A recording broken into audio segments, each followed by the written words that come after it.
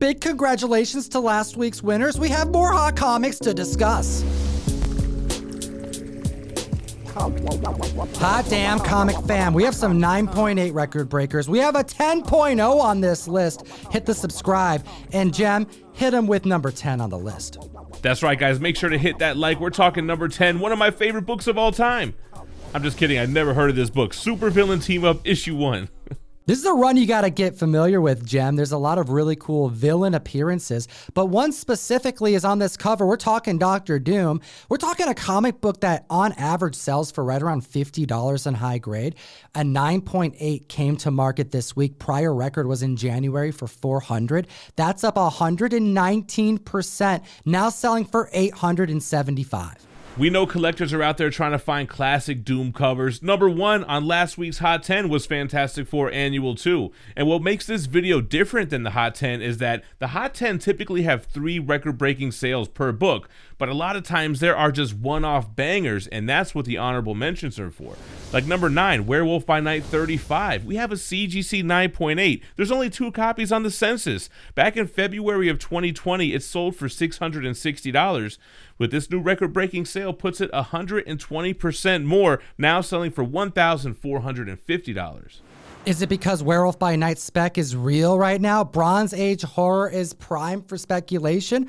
Or is it because of the Jim Starlin cover? Comic fam, you decide. Let me know in the comment section below. Next on the list, at number 8, we're talking Jim Lee goodness. We're talking X-Men issue number 3.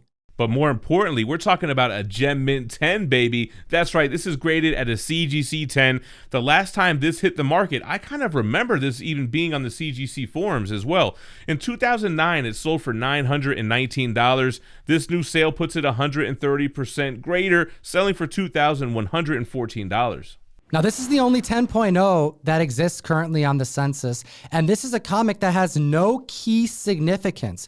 This isn't even a book that you're going to find on Key Collector Comics beyond this record-breaking sale that's being reported on, because if a comic doesn't sell for a certain amount and doesn't have that key significance, it doesn't make it on the app. This comic goes for $3 on average, but that 10.0 matters, especially to X-Men completionists. Next on the list, at number 7, we're talking some George Perez goodness. We're talking Astonishing Tales 25.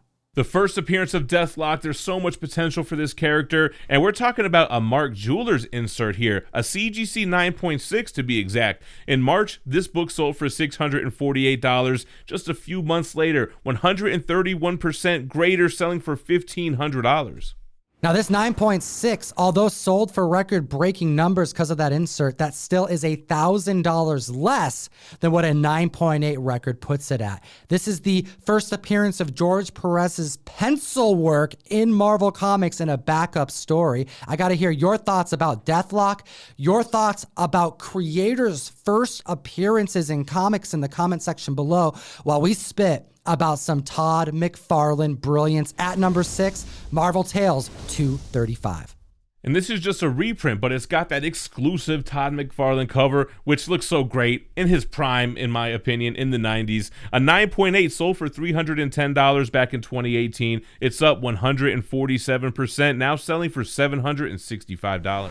A reprint of Marvel Team Up issue number 1, which is also kind of a pricey book. This is a great alternative, especially considering that this marks the issues Todd McFarlane was on from 223 through 239. At the list at number 5, we're talking TMNT number 1, a giant mind-bending record breaker. And before we tell you about it, I gotta remind you to download Key Collector Comics, the best application for comic hunting that exists. Use code TOM101 to unlock a free 2-week subscription, support what we do, and get access to a wealth of comic book knowledge, data, and 10 other books that didn't make our list today, but are part of the runners-up list that you gotta know about.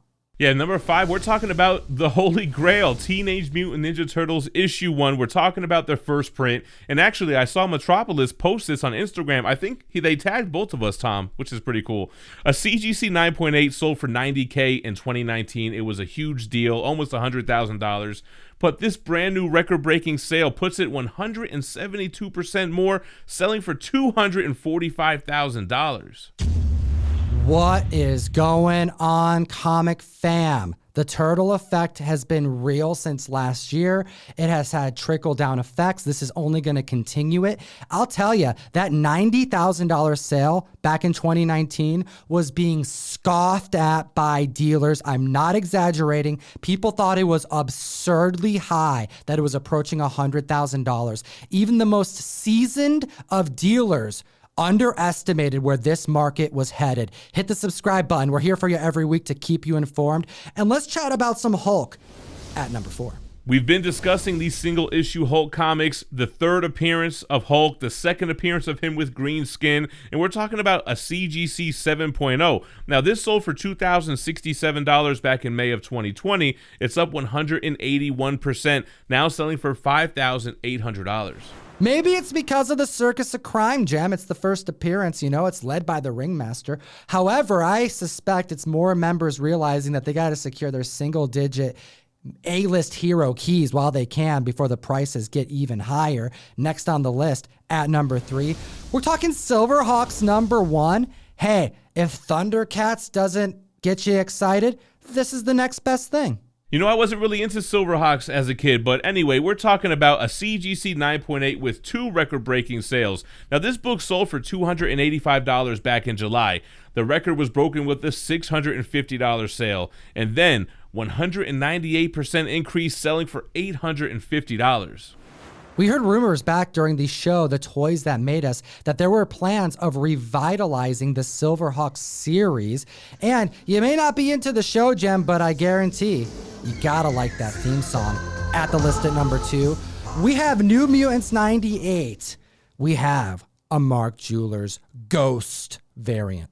That's right, the first appearance of Deadpool making the honorable mentions with the Mark Jewelers insert, and it's only a CGC 7.5, but this book sold for $168 back in 2019, and it's up 317%, now selling for $700. Because of scarcity, because the knowledge has circulated, members know now more than ever that the low print Mark Jeweler ratio of comparison to the direct market copies is a lonely 5%, let alone the high grade copies. We had Sammy from Skeleton Key on the mic this past week talking about how her father remembers how these comics were delivered to the military bases where they were sold and how they were just in piles, strapped with yarn and string, just harming each and every one of the books.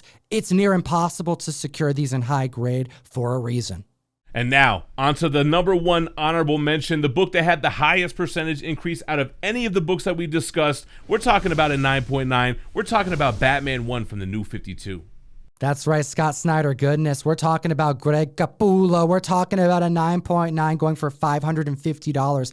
Back in 2011, to be outdone with a 318% increase. We're talking about a book that was sent to CGC essentially immediately, now going for $2,300 this week, one of 6 lonely 9.9 copies to exist.